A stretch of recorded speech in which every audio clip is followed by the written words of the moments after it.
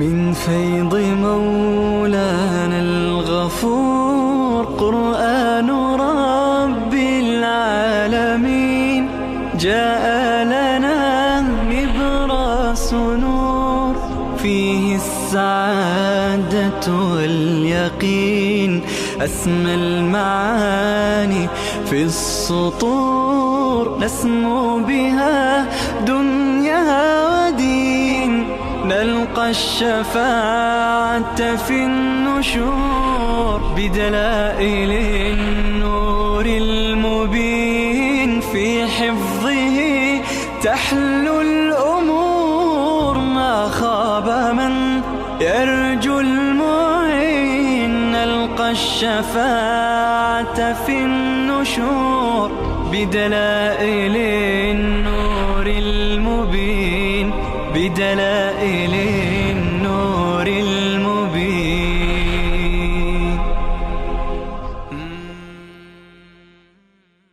بسم الله الرحمن الرحيم. الحمد لله رب العالمين والعاقبة للمتقين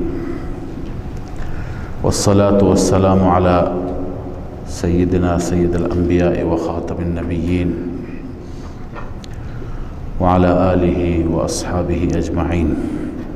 اینجا وقتی که تابعین و متبوعین هر دو در جهنم میافتند و هر دو از همدیگه مایوس میشوند نوبت شیطان است. گمراه کننده اصلی شیطان بود در دنیا. شیطان هم خودش ملامت نمیکنه. و قال الشیطان لما قضی الامر، الله می فرماید شیطان میگه اونجا وقتی که همه امر فیصله میشه، وقتی که تمام میشه، هر کسی به جای خودش قرار میگیرد، میگه ان الله وعدکم وعد الحق، خدا در دنیا با شما به وسیله انبیا به وسیله کتابها وعده کرد، وعده حقی کرد. و وعدتکم، من ابلیس هم یک وعده کردم، فاخلفتکم، من خلف وعده کردم، من نتونستم. و ما کان لی علیکم من سلطان، اما مرا ملامت هم نکنید که من تسلطی بر شما نداشتم. شیطان به زور و بالاجبار هیچ انسانی را گمراه نمی کند. انسان ها هستند که خودشون دنبال او می افتند. لذا شیطان میگه و ما کان لی علیکم من سلطان، من بر شما هیچ تسلطی نداشتم، الا ان دعوتکم، مگر فقط همین که شما را دعوت دادم، بالواسطه یا بلا واسطه، من شما را به سوی مسیر خودم فرا خواندم. فاستجبتم لی، شما اجابت کردید، با اختیار خود بنیست، شما با اختیار خودتون اجابت کردید. لذا امروز چرا مرا ملامت میکنید؟ فلا تلومونی ولومو انفسکم، مرا ملامت نکنید، خودتان را ملامت کنید. ما انا بمصرخکم و ما انتم بمصرخی، من نمیتوانم به داد شما برسم، به فریاد شما برسم، و نه اینکه شما میتوانید به داد من برسید. انی کفرت بما اشرکتمون من قبل، این اعلام براءت شیطان است. میگه من بیزارم از شرک شما. من قبل یعنی قبل از این در دنیا شما با خدا شریک میگرفتید، من از اون بیزارم. ان الظالمین لهم عذاب علیم، الله میفرماید برای ظالمان مشرکان عذاب دردناک خواهد بود. لذا این چنین آنها از شیطان و از ابلیس و دار و دسته‌اش مایوس و ناامید خواهند بود. اما بعد از این تخویف تبشیر است، مژده برای مؤمنان.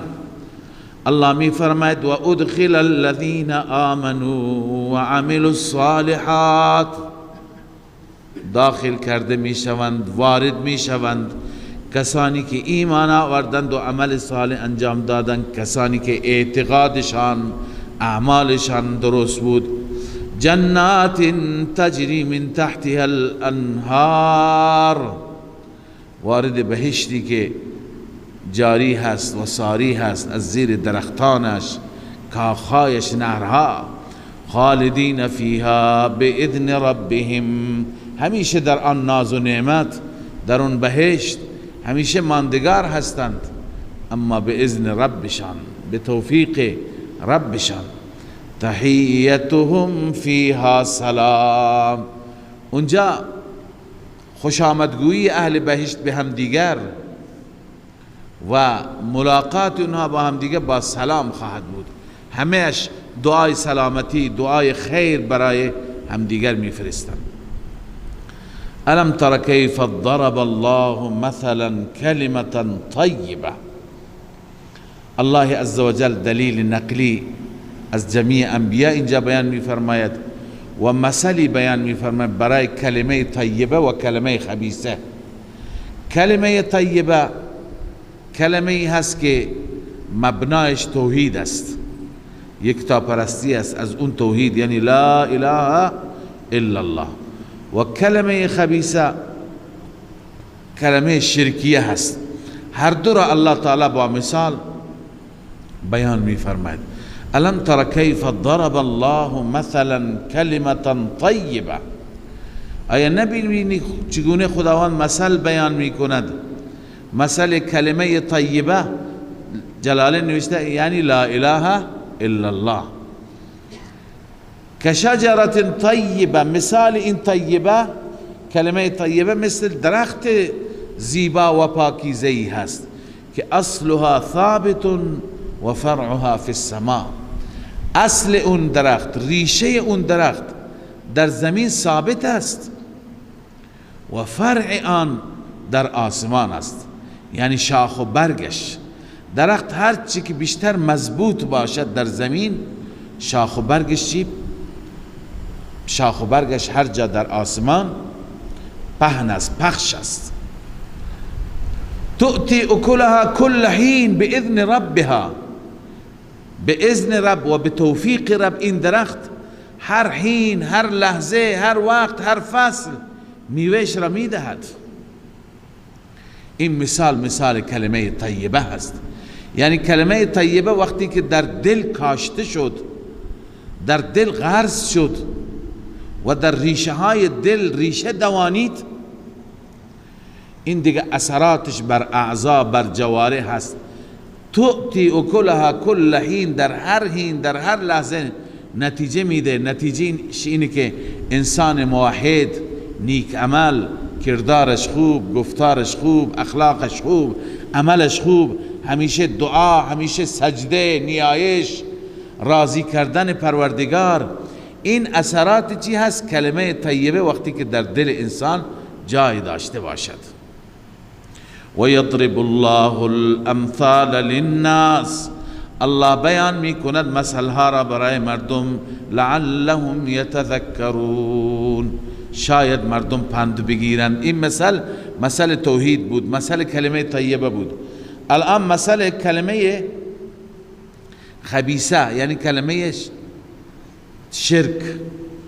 و مثل کلمه خبیثه، الله می فرماید مثال اون کلمه خبیثه کشجرة خبیثه، مثل اون درخت خبیثه هست، اون درخت بی فایده هست که اجتثت من فوق الارض. اجتثت، اجتثاث یعنی از ریشه کنده شده، اما ریشه اش در ته زمین نبوده، من فوق الارض، از روی زمین. میگویند مراد از این اون درختی هست، اون بوته‌ای هست که در بعضی بیابان هست، بسیار تلخه، میوه‌ای هم داره. اینجا محلی بهش میگویند هندوانه ابو جهل، کلکشته به اصطلاح. مثال درخت خبیثه مثل اون هست که ریشه نداره، ریشه سر زمینه، بکشی در میاد. ما لها من قرار، برای او قرار نیست، ثبات نیست. کلمه خبیثه و کلمه شرکیه چنین هست. یثبت الله الذین آمنوا بالقول الثابت فی الحیاة الدنیا و فی الآخرة. الله عزوجل ثبات عنایت می کند، ثابت قدم می گرداند اونایی که کلمه طیبه در دلشان هست، آنانی که ایمان آوردند بالقول ثابت، با قول ثابت. قول ثابت همون کلمه توحید است. فی الحیات الدنیا و فی الاخره، در دنیا هم دلشون قرصه، در آخرت هم اونها مطمئنند و نمی ترسند، چون توحید و ایمان در دلشان هست. و یضل الله الظالمین و یفعل الله ما یشاء. الله گمراه می کند ظالمان را. این ثمره کلمه خبیث است و آنچه که خدا بخواهد انجام میده. بله، از اینجا خدای عزوجل وقایع اخروی اهل مکه را بیان می‌فرماید. ای باشندگان مکه، ای کسانی که در مکه زندگی میکنید، ببینید شما در چه ناز و نعمتی بودید، در چه امنیت و آسایشی بودید. شما بودید که نعمت خدا را تبدیل به کفران کردید. خدای عزوجل نبی محبوبی برای شما فرستاد، شما به جای ایمان، به جای تسلیم کفر کردید. این کفر و شرک شما باعث شد که شما روزهای بد را برای خودتون رقم بزنید. الم تر الی الذین بدلوا نعمت الله، آیا دیدی آنانی را که تبدیل کردن نعمت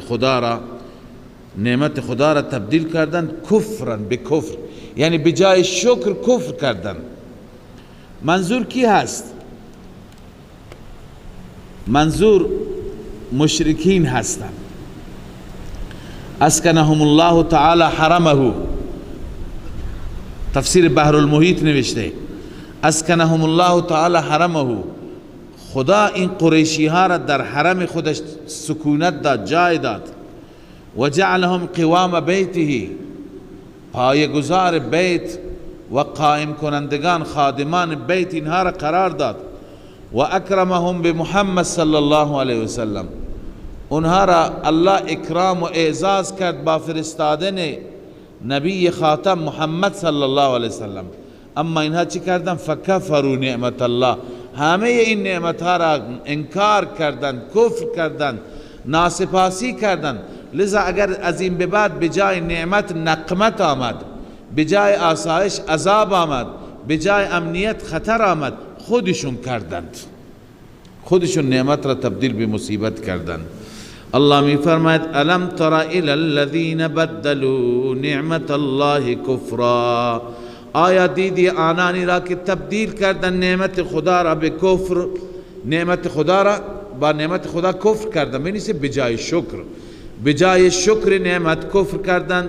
و احلوا قومهم دار البوار، اون جرم اولشون بود ضلال یعنی گمراهی، این جرم دوم اضلال، دیگران را هم گمراه کردند.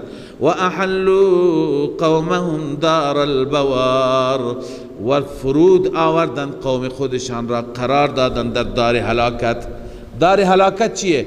جهنم، یعنی جهنم، اون جهنمی که یصلونها. ببین اینجا خداوند از وقایع اخروی قریش مکه را بیم میده، میترساند.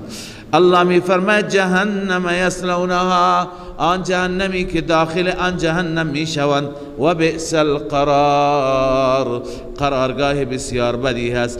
و جعلوا لله اندادا لیضلوا عن سبیله، این تفسیر بدلو، چطور نعمتها را تبدیل به کفران کردند. و جعلوا لله اندادا، برای خدا شریک گرفتند. لیضلوا عن سبیله، تاکه به این وسیله مردمان را از راه خدا گمراه کنند. قل تمتعوا، الله می فرماید شما چند روز بهره بگیرید، چند روز در دنیا زندگی کنید. فإن مصیرکم الی النار، مرجع شما، جای رجوع شما به سوی آتش جهنم خواهد بود. شما آخر به جهنم میرید ای مشرکان. قل لعبادی الذین آمنوا، بعد از اینکه خداوند از مشرکان سخن گفت، از شرکشان، از کفران نعمتشان، از ناسپاسیشان، حال الله عزوجل از مؤمنان و صفات مؤمنان را و توصیه های لازم برای اهل ایمان را بیان می فرماید. قل لعبادی، این شرافت اوله که خدا نسبت به خود میده، میگه بندگان من. واقعا شرف بزرگی هست، عزت بزرگی هست که خدا به من و تو بگوید که بنده من. بله، قل لعبادی، به بندگان خاص من بگو. قل لعبادی الذین آمنوا، بگو به بندگان من آنانی که ایمان آوردند، یقیم الصلاة، نماز برپا بدارند، و ینفقوا مما رزقناهم، و خرج کنند از آن مالی که ما به آنها رزق دادیم. به چه صورت خرج کنند؟ کیفیت انفاق را هم متفاوت فرموده، سر و علانیه، هم به صورت مخفی خرج کنند، هم به صورت علانیه خرج کنند. مخفی خرج کردن فایده خودش را دارد، علانیه فایده خودش را دارد. به صورت مخفی که شما خرج میکنید فایدهش همون اخلاص است، فقط رب میداند و بس. این کار صرفا در جهت الله قرار گرفته. اما علانیه به خاطر این هست که اولا از شما رفع تهمت میشه، کسی نگه که این بخیل است. دوم اینه که دیگران تشویق بشند، همکاران شما، هم صنف شما، اونها هم ببینن شما خرج میکنی، اونها هم خرج کنند. پس هر چیزی اثر خودش را دارد. من قبل ان یأتی یوم لا بیع فیه ولا خلال، وقت انفاق کی هست؟ الله میفرماید قبل از این که بیاید اون روزی که هیچ معامله در اون روز نیست، ولا خلال، هیچ خله، هیچ دوستی هم نیست، هیچ دوستی هم نیست، هیچ معامله هم نیست. اونجا فقط عمل به درد میخورد. لذا قبل از اون روز بگو خرج کنید. الله الذي خلق السماوات والارض، بعد از این واقعه که الله تعالی به واقعات آخرت یادآوری کرد، حال دلیل توحید. اینجا همیشه دلیل توحید و وقائع اخروی یا دنیوی. الله الذي خلق السماوات والارض، الله آن ذاتی هست که آفرید آسمان ها و زمین را، و انزل من السماء ماء، و از آسمان آب نازل کرد برای شما، فاخرج به من الثمرات رزقا لكم، پس بیرون کرد به وسیله این آب از میوه‌ها رزق برای شما. ببین چقدر بر شما لطف دارد.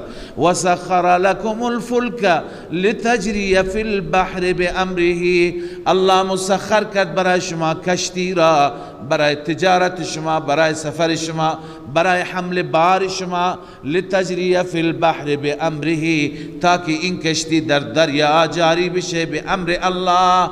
و سخر لكم الانهار، الله برای شما نهرها را مسخر کرد، تمام نهرها و دریاچه های کوچک کوچک را برای شما در اختیار شما. شما هر نوع تصرفی، هر کاری تونها می کنید. و سخر لكم الشمس والقمر، الله مسخر کرد برای شما، برای نفع شما، که به شما گرمی می بخشد، به شما روشنی می بخشد. الشمس خورشید را، والقمر ماه را، دائبین، هر دو تابع هستند، هر دو نوکر شما هستند. و سخر لكم اللیل والنهار، و مسخر که برای شما ای انسان ها اللیل، شب را، که برای راحت شما، برای آسایش شما، برای آرامش شما. و النهار، و همچنین نهار را، روز را مسخر کرد برای معیشت شما، برای معاش شما، برای کسب و کار شما. و آتاکم من کل ما سألتمو، الله به شما داد از هر آن چیزی که شما سوال کردید، هر چیزی که از شما از خدا خواستید به شما الله داد، مال داد، منال داد، امکانات داد. و ان تعدوا نعمت الله لا تحصوها، اگر شما نعمتهای الهی را بشمارید، لا تحصوها، نمی توانید بشمارید، نمی شمارید آنها را. نعمتهای الله بی حساب، بی کران. اما ان الانسان لظلوم کفار، اما انسان بیچاره لظلوم، ظلم کننده است و ناسپاس است.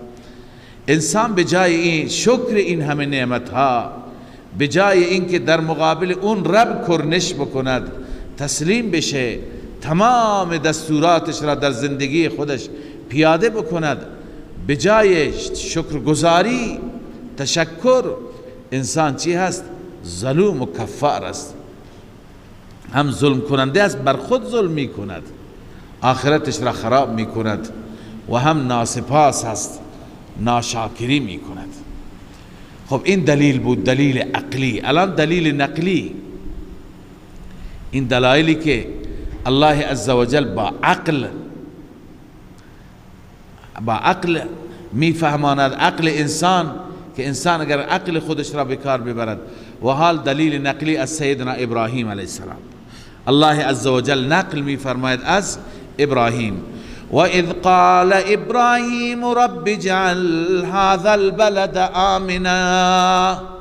ببین ابراهیم علیه السلام برای مکه چه زحمت کشید، و همچنین ابراهیم علیه السلام در اینجا چه در نظر داشت؟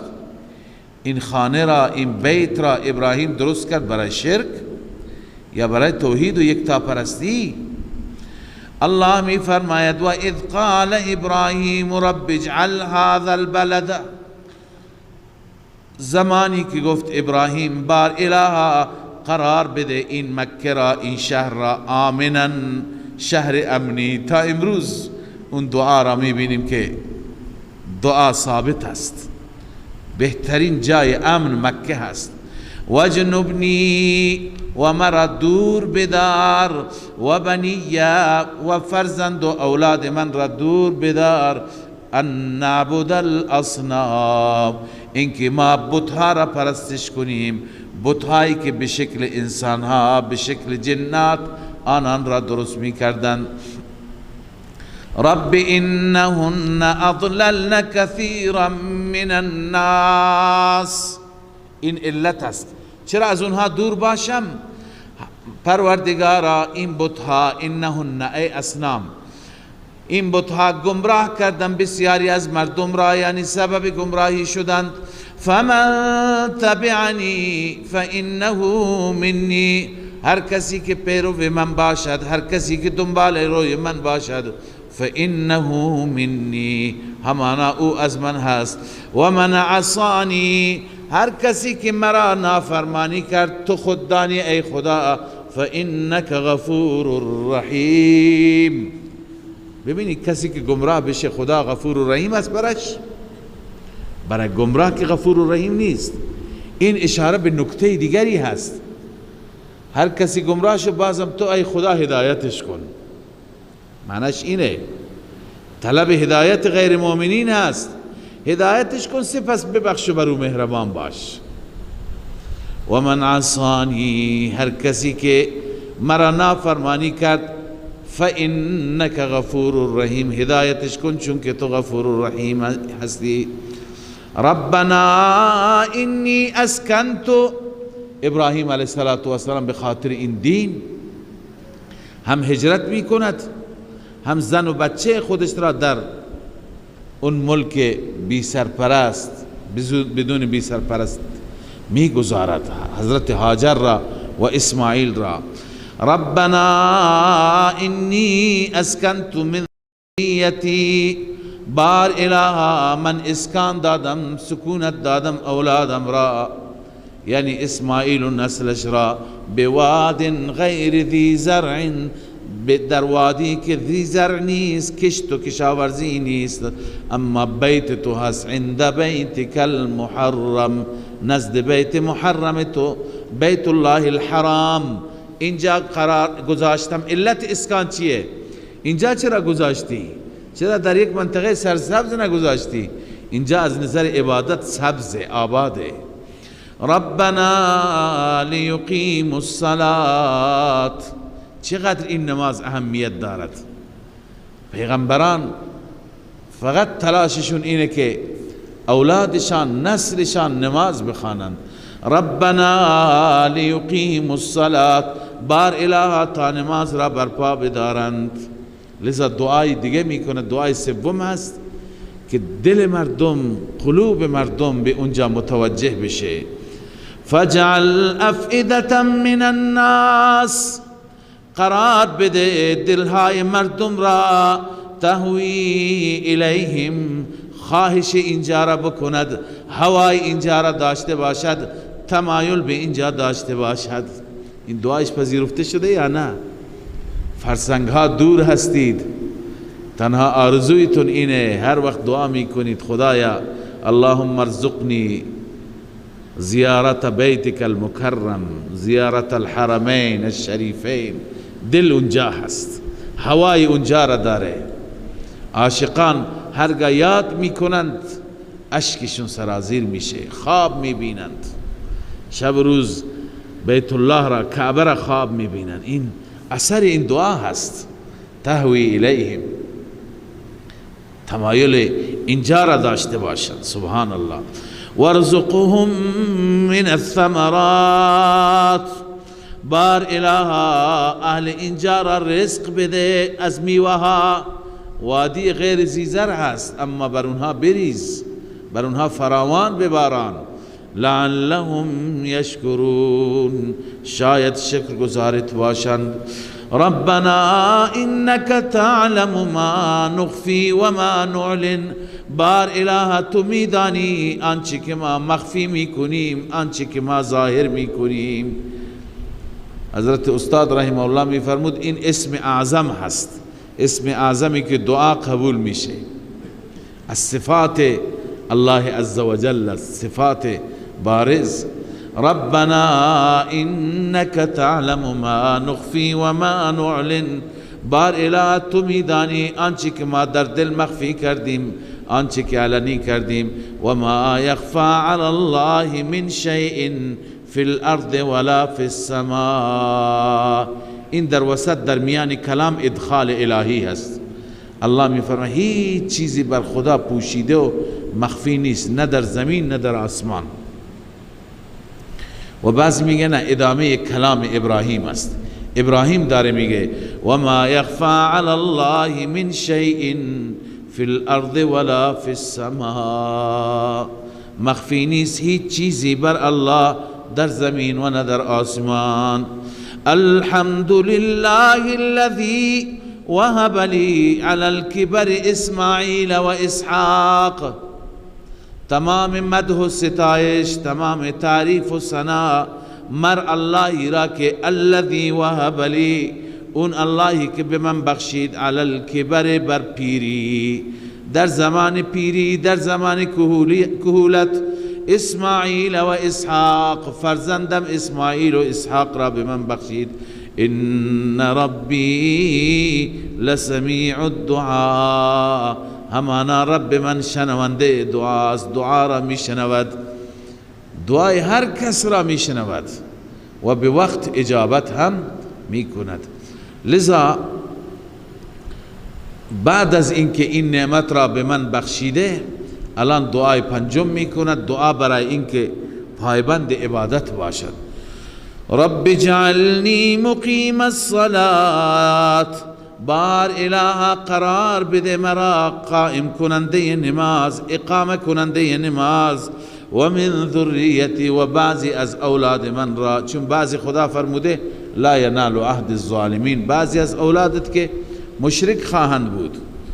ربنا و تقبل دعا، بار الها دعایم را بپذیر، دعایم را قبول کن. ربنا اغفر لی ولوالدی، بار الها مرا ببخش، پدر و مادر من را ببخش. وللمؤمنین، تمام مؤمنان را ببخش. یوم یقوم الحساب، روزی که برای حساب قائم میشن، برای حساب برمیخیزند. یقوم الحساب، حساب قائم می شود، حساب برپا می شود. یعنی در روز قیامت مرا، اولاد من را و اتباع من را، کسانی که پیرو من و دوستدار من هستند که ما مؤمنین هستیم، برای ما دعا کرد، همه ما را ببخش. این دعای ابراهیم و مناجات ابراهیم و احوال ابراهیم و دلیل نقلی از ابراهیم. ابراهیم این گونه بود، موحد، یکتا پرست، در هر حاجت از خدا خواست، نه از غیر خدا. ولا تحسبن الله، بعد از اینکه دلائل تمام شدند، هم عقلی هم نقلی. نقلی گفتیم تو این سوره همین یکی است. الان الله عزوجل وقائع اخروی را بیان می فرماید، واقعاتی که در آخرت اتفاق میفته. الله پناه بده از سختی ها و عذاب آخرت. الله می فرماید ولا تحسبن الله غافلا عما يعمل الظالمون، هرگز خدا را گمان نکن که خدا غافل است از آنچه که ظالم ها انجام میدهند. بنویسی به دلیل مهلت. وقتی میبینی خدا مهلتشون میده، فکر نکن که خدا غافل و بیخبر است از عمل کردی اونها. نه، ما غافل نیستیم، ما همه چیز را میبینیم، ما همه چیز را میبینیم، به وقت میگیریم. انما یؤخرهم لیوم تشخص فیه الابصار. الله می فرماید که جز این نیست، الله دعوت تأخیر می دهد آنان را لیوم، برای آن روزی که تشخص فیه الابصار، چشمها در آن روز خیره میشه. چشم بازه، خیره هست، منده. بنویسی به دلیل حیرت، وحشت، از بس که متحیر و وحشتناک چشمها خیره هست. مهطعین مقنعی، الله می فرماید شتابان هستند، با شتاب می روند. مقنعی رؤوسهم، سرها بالا، همه سرها بالا، از بیم این که از آسمان عذابی نیاد. به آسمان نگاه می کنند. لا یرتد الیهم طرفهم، چشمشان به اونها بر نمیگرده، فقط بالا را نگاه میکنند، از بس وحشت میکند. و افئدتهم هوا، و دلهایشان خالی هست از شدت هول، از شدت اون روز دل خالیه، هیچ چی تو دلش نیست، فقط ترس هست. این وقایع آخرت است. الله به حبیبش میگه ای پیغمبر من، مردم را از این روز بترسان. و انذر الناس یوم یأتیهم العذاب، مردم را بیم بده از آن روزی که عذاب می آید. روزی که عذاب بیاید، عذاب دنیوی یا عذاب اخروی. بعضی گفتن عذاب اخروی هست، بعضی میگن نه، از همین عذاب در دنیا هم بترسان. فیقول الذین ظلموا، میگویند کسانی که ظلم کردند، اشرکو، کسانی که شرک کردند، وقتی که عذاب در دنیا برایشون بیاد، ربنا اخرنا الى اجل قریب، بار اله همارا مهلت بده به مدت نزدیک، یعنی این بار مارا نکش. این دلیل است که منظور از عذاب در دنیا است، یوم یأتیهم العذاب. این بار مارا نکش، مارا از بین نبر. نجب دعوتک و نتبع الرسل، ما اجابت میکنیم دعوتت را الى توحید، تفسیر عباسی گفته، و پیروی میکنیم پیامبرانت را. الله میفرماید اولم تکونوا اقسمتم من قبل ما لكم من زوال، ای انسان ها آیا شما نبودید سوگند میخوردید؟ مگه شما سوگند نمیخوردید قبل از اینکه ما لكم من زوال؟ شما اصلا از این دنیا زائل نمیشید، از این دنیا نمیروید. الان که عذاب را دیدید چطور مهلت میخواهید؟ شما مگر نمیدانید که پیشینیان زوال شدند، از بین رفتن؟ شما هم از بین میرید. پیشینیان کجا هستند؟ امروز باغهایشون به دست شما، مغازهایشون به دست شما، در خانهایشون شما زندگی میکنید. و سکنتم فی مساکن الذین ظلموا انفسهم، شما سکونت کردید، شما در زندگی میکنید در مساکن و در خانه های کسانی که ظلم کردن بر خود، یعنی قبل از شما بودن در دنیا، ظلم کردن، شرک کردن، رفتن. و تبین لکم، و برای شما واضح شد، کیف فعلنا بهم، چیکار کردیم ما به آنها. و ضربنا لکم الامثال، برای شما مثال یا صفاتشان را بیان کردیم، همه صفات و احوالشان را برای شما بیان کردیم. وقد مكروا مکرهم. الله زجر بیان میفرماید، توبیخ برای اونها که اونها مکر کردن، توطئه کردن، ولی هدف اینجا بیان توطئه اونها نیست، بیان وقائع اونهاست که ما از این واقعات عبرت بگیریم. وقد مکروا مکرهم، همانا آنان توطئه کردن توطئهشان را. و عند الله مکرهم، نزد الله یا در علم الله بود مکر آنها، مکر مشرکین. و این کان مکرهم لتزول منه الجبال، گرچه مکرشان چنان سنگین بود توطئهشان تا که زائل بشه از اون کوه، یعنی کوه را باید دور می کرد، اما خدای عزوجل مکرشان را بی اثر کرد. فلا تحسبن الله مخلف وعده رسلا، هرگز گمان نکن خدا را که خدا خلف وعد میکند با رسول خودش، وعده خلافی میکند با رسول خودش، نه خیر. ان الله عزیز ذو انتقام، الله عزیز است، غالب است، امکانا یعنی میتواند عذاب بده. ذو انتقام وقوعا، الله انتقام هم میگیره، صاحب انتقام هست. چه روزی؟ یوم تبدل الارض غیر الارض، روزی که تبدیل می شود زمین به غیر زمین، یعنی این زمین از بین میره، زمین دیگری درست میشه. و السماوات، و همچنین آسمان تبدیل میشه به آسمان دیگر. و برزوا لله الواحد القهار، همه مجرمان ظاهر میشوند در محضر الله، آن اللهی که واحد قهار است، آن اللهی که یگانه هست و مسلط هست. و ترى المجرمین یومئذ، سرانجام مجرمین مشرکین میبینی مجرمان را در آن روز مقرنین فی الاصفاد، در زنجیرها بسته هستند، در زنجیرها قیدند. سرابیلهم من قطران، الله می فرماید جامه های اونها، پیراهن های آنها از قطران است. سرابیل جمع سربال است، سربال به معنی قمیص، جامه. قطران یه ماده آتشزایی هست که در جهنم است، یک ماده هست مثل نفت، مثل قیر، که این وقتی که آتش بهش بخورد چند برابر میشه، یعنی بر تن انسان قطران است که تو آتش بره چند برابر او را میسوزد.